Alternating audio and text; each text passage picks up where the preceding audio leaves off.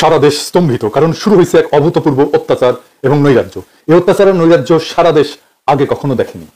আওয়ামী লীগের সন্ত্রাসীদের স্টাইলে এবার যুব দলের সন্ত্রাসীদের হাতে 28 অক্টোবর স্টাইলে খুন হইল এক ব্যবসায়ী। পাথর দিয়া বিপুল জিঘাংসা নিয়া থেতলে দিছে সেই ব্যবসায়ীর শরীর। সমকালের প্রতিবেদনে বলা হয়েছে, নিহত সোহাগের কাছে কিছুদিন ধরে ব্যবসার অর্ধেক ভাগ দাবি করে আসতেছিল স্থানীয় যুবদল নেতা পরিচয় দেওয়া মাহিন। সোহাগ তাতে রাজি হয়নি। এই নিয়ে তাকে হুমকি ধামকি দেওয়া হয়। হত্যার আগের দিন তার গুদামে গুলিও চালানো হয়। সারা দেশে লুটতরাজ চাঁদাবাজিতে কোন কোন দলের লোকেরা যুক্ত আমরা জানি। এই পাথর দিয়া শরীর থেতলে দেওয়া কোনো নতুন বিষয় না। আমি অনেক আগে থেকে লক্ষ্য করতেছি, আমি সতর্ক করতেছি বিএনপিকে, দেখেন আমাদের দেশে ফিরলে বাইসা থাকতে দিবে না বিএনপির কর্মীরা বলে। বিএনপির সাম্প্রতিক আচরণগুলো হয়ে উঠতেছে ভয়ঙ্কর রকমের ফ্যাসিস্ট। আমার পেজে এসে একজন বা দুইজন না একাধিক মানুষ হুমকি দেয়, বিএনপির সমালোচনা করি, খুন করে ফেলার হুমকি দেয়। আওয়ামী লীগও হুমকি দিত ইনবক্সে, আর প্রকাশ্যে ওরা হুমকি দিচ্ছে 32 নম্বর ভাঙার পরে, কিন্তু বিএনপির কোনো ভয় নাই, প্রকাশ্যে হুমকি দেয়। আমি আজকে একটা দেখাচ্ছি কি কারণে সে আমরা দেশে আসতে দেবে না বা আসলে বাইসা থাকতে দেবে না, ওটা ওরাই জানে। এরা ক্ষমতা আসলে কি করবে আল্লাহ মালুম। হ্যাঁ, আইডম থাকলে করে নিস রে ভাই, করে নিস, যে জিতবে ওই তো সিকান্দার হবে। আইডম থাকলে তুই আমাকে দেখে নেবো, আমার আইডম থাকলে তো করে দেখে নেবো। এটাই রাজনীতি। রাজনৈতিক দল তার আশেপাশে বন্ধু রাখে, যারা ঠিক দল করে না কিন্তু একটা লুজ সম্পর্ক থাকে তাদের সাথে। আওয়ামী লীগের কাছে কিন্তু মাস্টার ছিল, সেজন্য আওয়ামী লীগ এতদিন রাজত্ব করতে পারছিল। বিএনপি সবাই শত্রু বানায়। এদের কর্মীদের রাজনৈতিক শিক্ষাতে দুর্বল, এরা যখন দাবরানের উপরে থাকে তখন কেসে হইয়া থাকে, আর যখন ক্ষমতার গন্ধ পায় তখন নেকড়ে হইয়া ওঠে। যাই হোক, এগুলো নিয়ে আলাপ করবো পরে, নির্বাচন আসুক, ক্যাম্পেইন করে দেবো, দেখাই দেবো জনগণকে কাদের ভোট দিতেছেন, দেখেন কিছুই হবে না হয়তো, কিন্তু আমি খায় না খায় কন্টেন্ট বানাবো। শুধু আমার যে গালিগুলো দিচ্ছে বিএনপির কর্মী, সেগুলো কম্পাইল করলে না 10টা এপিসোড হয়ে যাবে। আমার এই যদি মাইরা ফেলাইতে চায় তাহলে তো একজন সাধারণ ব্যবসায়ীকে থেতলাইয়া দেবেই। গতকালকের ভিডিওতে একজন বলতেছে বিএনপির কর্মী যে আমি হিন্দু তাই বাংলাদেশে আমি অশান্তি লাগাই দিতে চাই মুসলমানদের মধ্যে। চিন্তা করেন, এইটা যদি বিএনপির একজন কর্মীর রাজনৈতিক চিন্তা হয়, সেই বিএনপি দেশকে কি দেবে? আমার আর ইলিয়াসের ছবিতে যদি জুতা মারতে পারে তাহলে একজন সাধারণ মানুষকে খুন করতে তো সমস্যা হবেই না। আমাদের বলে মালাউন, বিএনপির কর্মীরা গালি দেয় মালাউন বইলা। তো এই দল আগামীর বাংলাদেশে নেতৃত্ব দিতে পারবে না। আজ বাংলাদেশে মিছিল হয়, টিনের সালে কাউয়া, তারেক জিয়া। শুনেন,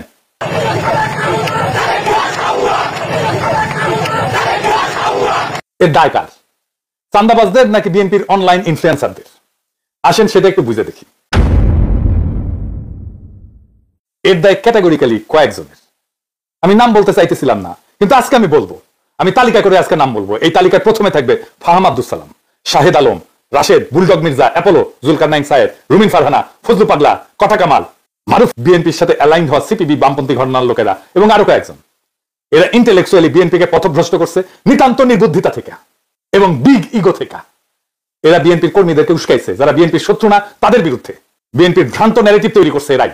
হুদাই ছাত্রদের, এনসিপি, প্রফেসর ইউনূসের সরকার, জামাত শিবিরের পিছনে লাগছে এরাই সেই ন্যারেটিভ তৈরি করছে। ওয়াকারের সাথে দোস্তালি করছে এরাই। এর ফলে বিএনপির কর্মীরা সারা দেশে দিগ্ভ্রান্ত হয়েছে। পলিটিক্স বুঝতে পারেনি, রাজনীতি বুঝতে পারেনি, আজকের করণীয় কি বুঝতে পারে নাই। বিএনপির নেতৃত্ব বিভ্রান্ত হয়েছে। এমন কইতে পারেন বিএনপির নেতৃত্ব কি লায়ক না যে তাদের বিভ্রান্ত করা যায়? তাদেরকে যে বিভ্রান্ত করা যায় তাদের লায়ক নাই, তো আমরা হাসিনা বিরোধী লড়াই দেখছি, তাই না? সেজন্য তো বিএনপি এই লড়াইয়ের নেতৃত্ব দিতে পারে নাই। তাই বিএনপির পলিটিক্যাল ম্যাচুরিটি কেমন সেটা নিয়ে প্রশ্ন তোলা যায় আছে। আমি বিরামহীন ভাবে বিএনপির এই ভুল রাজনৈতিক কৌশল নিয়ে কথা বলছি। বিএনপি মনে করিছে বিএনপির আমি পাকা ধানে মই দিতেছি, হ্যাঁ, অথচ এটা বোঝে নাই আমার বিএনপির সাথে অ্যালাইন হয়ে যাওয়াটাই সবচেয়ে সহজ ছিল। আমার উপরে ঝাঁপে পড়িছে, এই ঝাঁপে পড়ার ইন্টেলেকচুয়াল সাপোর্ট দিছে এই লোকগুলো যাদের নাম আমি বলছি। এরা হেন নোংরামো নাই যেটা তারা করে নাই। তো এর ফল কি? ফল তো একটাই, পিনাকি বালদাও ফেলতে পারে নাই। আর বাংলাদেশের রাস্তায় স্লোগান ওঠে টিনের সালে কাউয়া, তারেক রহমান। আবার শুনেন,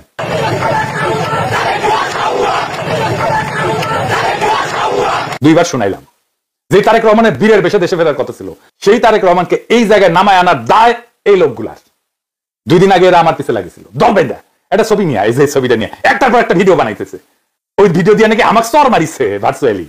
হ্যাঁ, আরে নেতারা যে টেকে না এই ছেলেটার দিকে, সেটা তো মিশা না। ক্যামেরার চোখ তো ভুল দেখে নাই। ওই ক্যাসে দাঁড়ানো ছেলেটা নিজে এসেও যদি বলে, তাও আমার দেখাটা মিথ্যা না। আমার সেই সমালোচনা নিতে পারে নাই, তাই লানত পড়িছে। আজকে রাজপথে স্লোগান উঠেছে তারেক রহমান। ইডেনে ছাত্র দলকে হল ছাড়ার আলটিমেটাম দিছে। এই ইডেন থেকে ছাত্রলীগ আর আওয়ামী লীগ বিতাড়নের শুরুটা শুরু হয়েছিল, মনে আছে না? আমি যে সমালোচনা করেছিলাম সেই ছবিতে বুড়া নেতারা একজন আহতের দিকে না তাকায় নিজেরা গল্প করতেছিল, সেই সমালোচনা তারা নিতে পারে নাই। আর আজ তারা লজ্জায় মুখ দেখাতে পারতেছে না। দুর্বিনীত বর্বর মধুলবীদের দলে ভিড়ায় এক সময় সহযোদ্ধাদের উপরে জিঘাংসা নিয়ে যারা ঝাঁপায় পড়ে, তাদের উপরে এভাবেই খোদার লানত পড়ে। আমি অভিশাপ দেই নাই, কিন্তু অভিশাপটাই না আনিছেন আপনারাই। রাজনীতিতে লাগে বয়ান, ন্যারেটিভ। ওইটা যারা পারে তারাই রাজনীতির গতিমুখ ঠিক করতে পারে। ওইটা আসে এইখান থেকে, মাথা থেকে, এইটি থেকে। ওইটা যতদিন থাকবে, যাদের সচিব থাকবে চিন্তায়, তারাই রাজনীতির মাটির টিকে থাকবে। নিজেরাই ভাবে জয় বাংলা হয়ে যাবেন, যারা চিন্তায় সচিব তাদেরকে পরাজিত করতে পারবেন না। এই সরল সত্যটা মাথায় রেখেন এখন থেকে। বিএনপির এই দশা কারা করলো, কিভাবে করলো এবং কেনই বা করলো, আসেন এটা একটু বুঝে দেখি।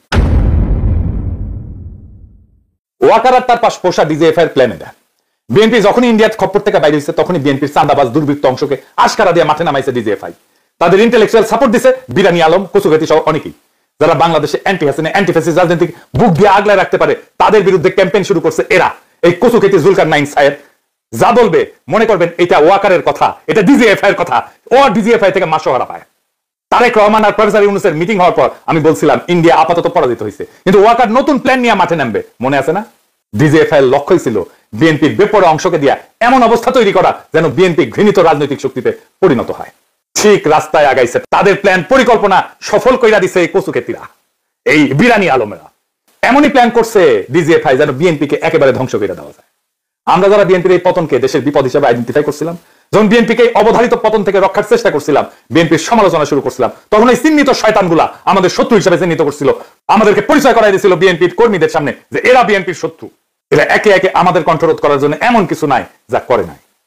খুঁজে দেখলে আজকের পাথর দিয়া ক্যামেরার সামনে হত্যাকাণ্ডটাও ডিজিএফআই প্রযোজিত বলে জানা যাবে বলে আমার অনুমান। বিএনপির নেতা কর্মীদের বলি, আপনারা কি ডিজিএফআই এর গ্র্যান্ড ডিজাইনটা বুঝতে পারতেছেন? প্রশ্ন করেন, কে তাদের এই সাহস দিছে এইভাবে খুন করা যায়? কে খুনের সময় ক্যামেরা নিখুঁত ভাবে ভিডিও করলো? চাঁদা নেতা খুন করে একরকম, কিন্তু বিভৎস ভাবে খুনের স্পেকটাকল কার পরিকল্পনায়? অবাক লাগে না? যেন ক্যামেরাম্যান জানতো এই ঘটনা ঘটবেই তার সামনে। নিখুঁত অ্যাঙ্গেল থেকে ভিডিও। বিরানি আলম আর কচুক্ষেত্রীকে জিজ্ঞাসা করেন কেন তারা এইভাবে বিএনপির ক্ষতি করতে মরিয়া হয়েছিল। পিনাকি, ইলিয়াস, কনক এরা তো বিএনপির শত্রু না, শত্রু ছিল না। কেন তারা পিনাকি ইলিয়াসের পিছনে লাগিয়েছিল? তারা প্রচার করছে না বিএনপিকে আমরা ক্ষমতায় আসতে দিতে চাই না। বিএনপি এখন ক্ষমতায় আসতে পারবে কি মনে হয়? প্রফেসর ইউনূসের সরকারের আইন শৃঙ্খলা রক্ষার ব্যর্থতার কথা বলতেছিল।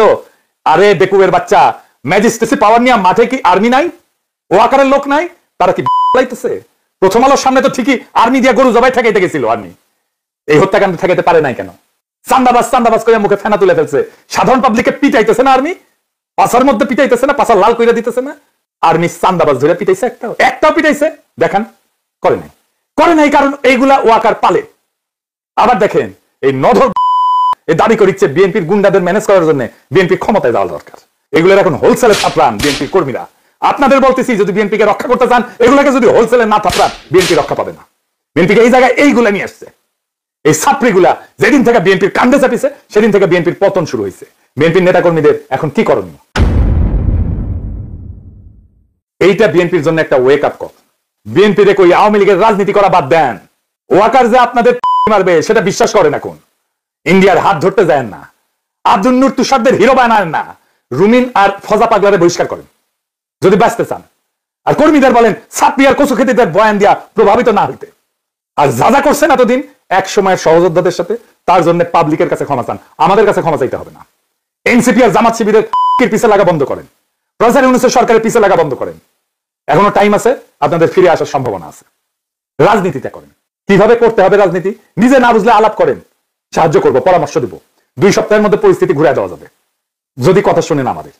আমার কথা শুনলে যে ফায়দা আছে তার প্রমাণ হইতেছে পিনাকিরে তো হুতাই দিতে চাইছিল আপনার দলের চাপিরাই। ওয়াকার আর কচুক্ষেত্রীদের সাথে মিলা পারছে? পারে নাই।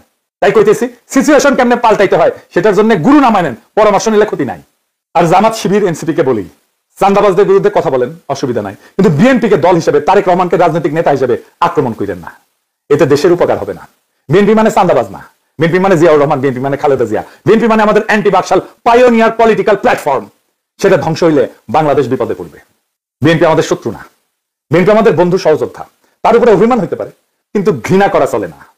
রাজনৈতিক বিভ্রান্তি থাকতেই পারে কিন্তু বিভেদ দেখানো যাবে না। বিএনপি এই জাতির স্বতন্ত্র চেতনার এক অবিচ্ছেদ্য অধ্যায়। তারেক রহমান ভুল করতে পারেন কিন্তু বিএনপিকে পুঙ্খানুপুঙ্খভাবে বাতিল করা মানে এদেশের গণতান্ত্রিক ধারাকে দুর্বল করা, এদেশের ফ্যাসিবাদ বিরোধী, ভারতীয় আগ্রাসন বিরোধী লড়াইকে দুর্বল করা। আমাদের শত্রু কিন্তু একটাই, ভারত সমর্থিত হাসিনার ফ্যাসিবাদ।